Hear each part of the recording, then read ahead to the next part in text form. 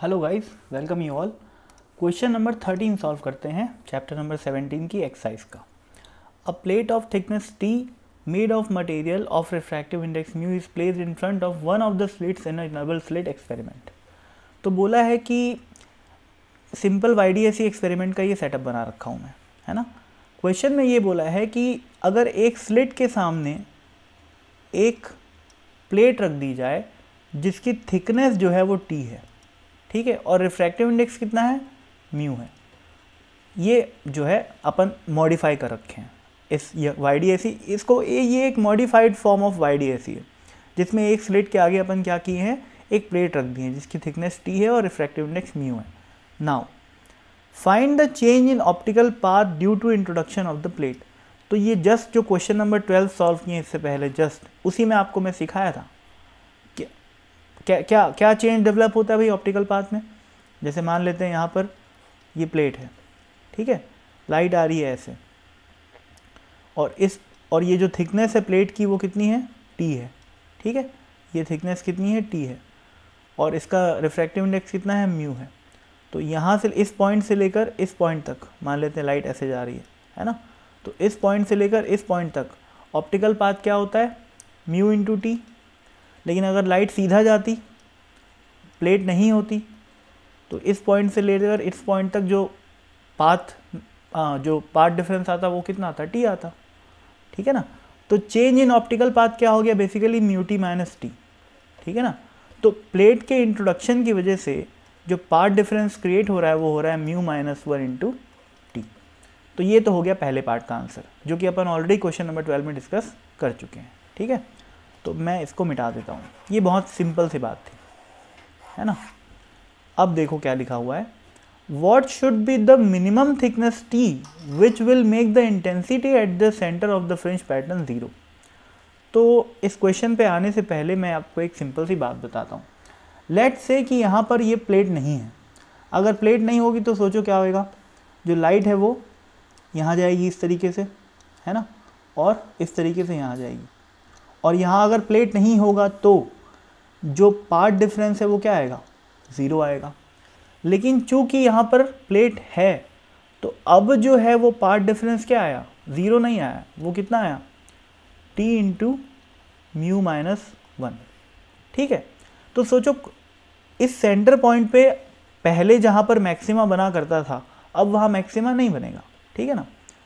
अब सोचो कौन सा पॉइंट ऐसा होगा जहाँ पर अब ऑप्टिकल पाथ डिफरेंस 0 आएगा, क्योंकि अगर मैक्सिमा बनना है तो सिर्फ ज्योमेट्रिकल पार्ट डिफरेंस से कोई मतलब नहीं होता, ऑप्टिकल पार्ट डिफरेंस से मतलब होता है, ठीक है ना। ऑप्टिकल पार्ट डिफरेंस जहाँ पर 0 होगा वहाँ पर फेज डिफरेंस 0 आएगा और मैक्सिमा बनेगा, ठीक है। तो सोचो मैं ऊपर वाली स्लिट के आगे फ्रिंज लगाया, प्लेट लगाया हूँ, ठीक है। तो मैं एक पॉइंट की बात करता हूँ जो कि लेट से यहाँ पर है, और कुछ नेम वगैरह दे देते हैं। इसको अपन S1 बोल लिए, इसको S2 बोल लिए, इसको अपन C बोल लिए इसको, ठीक है। ये C है और ये C डैश बोल लिए, ठीक है। सोचो geometrically S1 C dash is less than S2 C dash geometrically, but optically ऐसा हो सकता है ना, क्योंकि मैं क्या किया हूँ, S1 और C डैश के बीच में एक प्लेट इंट्रोड्यूस कर दिया हूँ जिससे कि ऑप्टिकल पाथ बढ़ जाएगा, ज्योमेट्रिकल पाथ से बड़ा हो जाएगा ऑप्टिकल पाथ। तो इस प्लेट के इंट्रोडक्शन की वजह से S1 C डैश की वैल्यू क्या हो जाएगी, S2 C डैश, ठीक है। लेट से वाला पॉइंट C डैश है जहाँ पर क्या हो रहा है कि ऑप्टिकल पाथ 0 सेम हो जा रहा है, तो ऑप्टिकल पाथ डिफरेंस लेट से कि C डैश पे 0 है, यानी कि जो सेंट्रल मैक्सिमा बनना है अब वो C पे न बन के कहाँ पर बनेगा, C डैश पे बनेगा। ये आपको समझना है, ठीक है। अब सोचो भाई जैसे जैसे इसकी थिकनेस बढ़ाते जाओगे, जैसे जैसे थिकनेस बढ़ाते जाओगे ये डेल्टा एक्स बढ़ते जाएगा ना, है ना। तो इस डेल्टा एक्स को कवर करने के लिए अपने को और ऊपर जाना पड़ेगा अगर टी को मैं बढ़ा दिया तो, क्योंकि जितना ज़्यादा ज्योमेट्रिकल, जैसे मैं इस पॉइंट की बात करता हूँ, है ना, किसी भी पॉइंट में जैसे मैं हर एंगल्स की अगर मैं बात करूँ तो इसके लिए एंगल अगर θ1 है तो इसके लिए एंगल कितना है, θ2, है ना। और अपने को पता है कि जो ज्योमेट्रिकल पार्ट डिफरेंस होता है वो क्या होता है, d sin θ होता है। थीटा बहुत ज़्यादा बड़ा नहीं है, ये बात दिमाग में ध्यान रखना है ना। YDSC परफॉर्म करते समय अपन थीटा को बहुत ज़्यादा बड़ा नहीं रखते, ठीक है। तो सोचो अगर जैसे जैसे मैं टी बढ़ाते जाऊँगा ये ऑप्टिकल पार्ट डिफरेंस बढ़ते जाएगा, है ना भाई, और उस पार्ट डिफरेंस को ज़ीरो करने के लिए मेरे को और थीटा को बढ़ाना पड़ेगा, ठीक है ना, क्योंकि जैसे जैसे थीटा बढ़ाऊँगा ये जो ज्योमेट्रिकल पार्ट डिफरेंस है वो भी बढ़ते जाएगा, ठीक है ना। तो बेसिकली मैं इस पॉइंट को ऊपर ले जाके क्या कर रहा हूँ, जो इस स्लिट की वजह से जो इस प्लेट के इंट्रोडक्शन की वजह से जो पाथ में गैप आया है, जो ऑप्टिकल पाथ में गैप आया है, उसको मैं ज्योमेट्रिक पार्ट डिफरेंस क्रिएट करके नलीफाई करना चाह रहा हूँ, ठीक है ना। अब इतनी सारी कहानी की ज़रूरत नहीं है, ठीक है ना। अब अपन आते हैं सीधा क्वेश्चन पे। What should be the minimum thickness T which will make the intensity at the centre of the fringe pattern to be zero. अब ये centre of the fringe pattern है ना।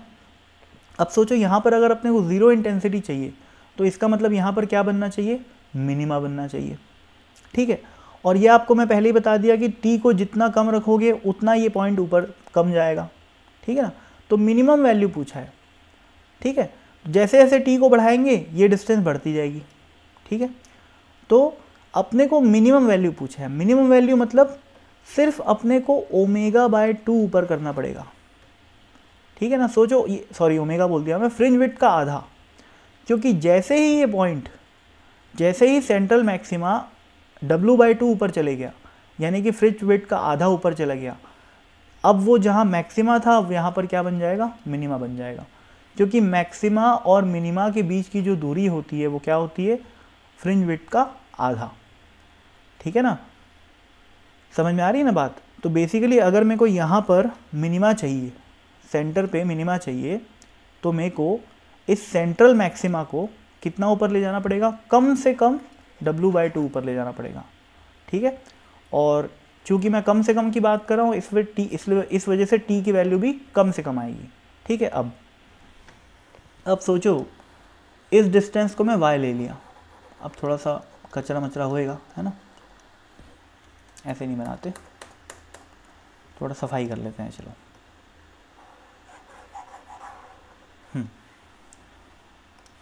लेट्स से कि ये जो दूरी है वो y है ना। तो ये y अपने को कितना चाहिए, अभी मैं बताया W/2 के बराबर चाहिए अपने को, है ना। अब सुनो, मान लेते हैं ये एंगल थीटा है, ठीक है, θ1 नहीं है, ये एंगल थीटा है, ठीक है। तो जो ज्योमेट्रिकल पार्ट डिफरेंस आएगा वो कितना आएगा, Δx = d sin थीटा, ठीक है। और स्लिट इस प्लेट के इंट्रोडक्शन की वजह से जो एक्स्ट्रा पाथ क्रिएट हो जा रहा है S1, इस पॉइंट को मैं P बोल लिया, ठीक है, या जो भी बोलना है बोलो, C' बोला था शायद, है ना, तो C' है था। तो S1 C' का बीच के जो S1 C' है उसका जो ऑप्टिकल पाथ है उसमें जो डिफरेंस आया है, जो एक्स्ट्रा पाथ आया है वो कितना आया है, वो आया है μ-1 × t, ठीक है ना। तो अपने को इन दोनों को इक्वेट करना पड़ेगा और बात बन जाएगी, ठीक है ना। तो मैं क्या लिखूंगा यहाँ पर, d sin थीटा = μ-1 × t, ठीक। तो अब साइन थीटा को मैं क्या लिख सकता हूँ, tan थीटा लिख सकता हूँ क्योंकि थीटा छोटा है, और tan थीटा को मैं क्या लिख सकता हूँ, y/d, ये डिस्टेंस d है, ठीक है। तो ये हो जाएगा dy/D = μ-1 × t। अब मैं क्या बोला कि इस y को कितना होना चाहिए, W/2 होना चाहिए, फ्रिंज विड्थ का आधा होना चाहिए। तो d × W/2 upon D = μ-1 × t, ठीक। तो इससे क्या निकालना है भाई, t की मिनिमम वैल्यू निकालनी है ना। हाँ, अब देखो ये जो W है ये फ्रिंज विड्थ है, और फ्रिंज विड्थ का फॉर्मूला क्या होता है भाई, फ्रिंज विड्थ का फॉर्मूला होता है dλ/d, है ना। तो इस W को मैं dλ/d से रिप्लेस कर देता हूँ, तो ये आ जाएगा d2, और इस W को मैं किससे रिप्लेस करूँगा, dλ/d से, ठीक है। तो देखो ये d और d कट गया, ये कट गया, क्या बचा, λ/2 बचा, और राइट हैंड साइड में क्या चल रहा है, μ-1 × t। तो जो t की वैल्यू आ गई वो क्या आ गई, λ/2 अपॉन म्यू माइनस 1। तो ये टी की जो वैल्यू आई है वो मिनिमम वैल्यू आई है।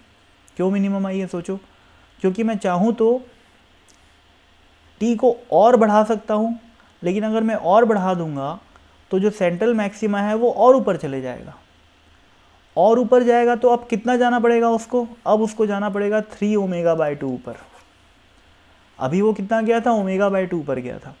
अब सोचो अगर 3 ओमेगा बाई 2 ऊपर चले जाएगा तो भी यहाँ पर मिनिमा क्रिएट हो जाएगा, ठीक है ना, क्योंकि फिर क्या होएगा, यहाँ एक मिनिमा रहेगा, यहाँ एक मिनिमा रहेगा, और यहाँ जो है वो सेंट्रल मैक्सिमा शिफ्ट हो जाएगा, ठीक है ना। ये समझने वाली बात है। पर अपने को तो मिनिमम चाहिए, तो अपने को क्या चाहिए कि सेंट्रल मैक्सिमा यहाँ पर आ जाए और मिनिमा यहाँ पर आ जाए। इस वजह से इस गैप को अपन कितना रखें, W/2 रखें, ये वाला जो गैप है, ठीक है ना। पर चाहे तो अपन कितना भी रख सकते हैं, 3W/2 रख सकते हैं, 5W/2 रख सकते हैं, पर फिर उससे टी की फर्दर वैल्यूज आने लग जाएंगी, ठीक है ना। अगर क्वेश्चन में पूछता है, सोचो find the values of T for which जो सेंटर पॉइंट है वो मिनिमा बन जाए, तो उससे टी की कई वैल्यूज आ जाती है ना, ω/2, सॉरी टी की वैल्यू क्या आई, इतनी आई है ना, तो ये फिर वो मल्टीप्लाई होते जाता है ये, ठीक है ना, इंटीजर से। तो और अगर इस y की बात करूँ तो y क्या हो जाता, W/2, 3W/2, 5W/2, है ना, इस तरीके से का बात होती, ठीक है। तो हो सकता है मैं इस क्वेश्चन को ज़रूरत से ज़्यादा एक्सप्लेन कर दिया हूँ, क्योंकि मेरे को लगता है कि इसमें एक्सप्लेनेशन की ज़रूरत है ना, क्योंकि बहुत सारे शब्द इसमें यूज़ किया है। मिनिमम वैल्यू की बात की गई है, शिफ्ट, यहाँ पर central modified form of YDSE है, तो ये लोगों को थोड़ा सा कम समझ में आता है ना। खाली इसका आंसर निकालना होता अगर, तो फिर इतना एक्सप्लेनेशन नहीं लगता, एक लाइन में निकल जाता आंसर, है ना। निकाल के दिखा देता हूँ एक लाइन में आंसर इसका। मैं एक लाइन में अगर मैं बोलूँ ना तो मैं कैसे समझाऊंगा, सुनना, अगर सिर्फ आंसर निकालना हो तो।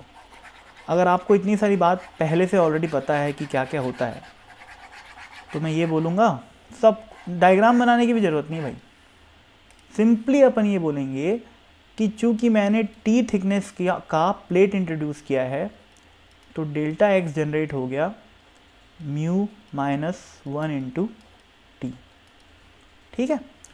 और उसको कवर अप कर सब कुछ, अब ये जो डायग्राम वायग्राम है सब वो दिमाग के अंदर चल रहा है, इमेजिनेशन में, ठीक है। अब उसको मेरे को किससे कवर करना है, ज्योमेट्रिकल पार्ट डिफरेंस से, जो कि होता है d sin थीटा, ठीक है। तो मैं क्या लिखूँगा, mu minus 1 into T is equal to d sin theta. अब d sin थीटा को मैं क्या बोलूँगा, tan थीटा बोल लूँगा, है ना। अब tan थीटा को मैं क्या बोल लूँगा, मैं बोल लूँगा इसको y/d, ठीक है। और y को मैं क्या बोल लूँगा, y को मैं क्या बोल लूँगा, अब मैं अंदर सोचूंगा कि अगर मेरे को बीच में मिनिमा चाहिए तो सिर्फ मेरे को फ्रिंज विड्थ का आधा ऊपर खिसकाना है, तो y को मैं W/2 लिख लिया, ठीक। अब इस W को मैं किससे रिप्लेस कर दूंगा, d λ/d से, ये d से d कट गया, ये d से d कट गया, क्या बचा, t is equal to λ/2 into mu minus 1, ठीक है ना। तो आंसर निकालना कोई बड़ी बात नहीं, पर अगर आपको कॉन्सेप्चुअल डाउट है तो आराम से वीडियो को देखो, नहीं समझ में आया तो दोबारा देखो, है ना, समझ में आ जाएगा। और अगर थोड़े से भी एक्सपर्ट हो गए हो YDSE में या फिर मॉडिफाइड फॉर्म ऑफ YDSE में, तो ये 1 लाइन का सॉल्यूशन आप कर ही सकते हो एग्ज़ाम में, है ना। और इनफैक्ट एग्ज़ाम में घुसने से पहले आपको इतना एक्सपर्ट हो जाना है, क्योंकि एग्ज़ाम में इतना टाइम नहीं रहता, है ना। तो thank you so much, with this I am ending the video, bye.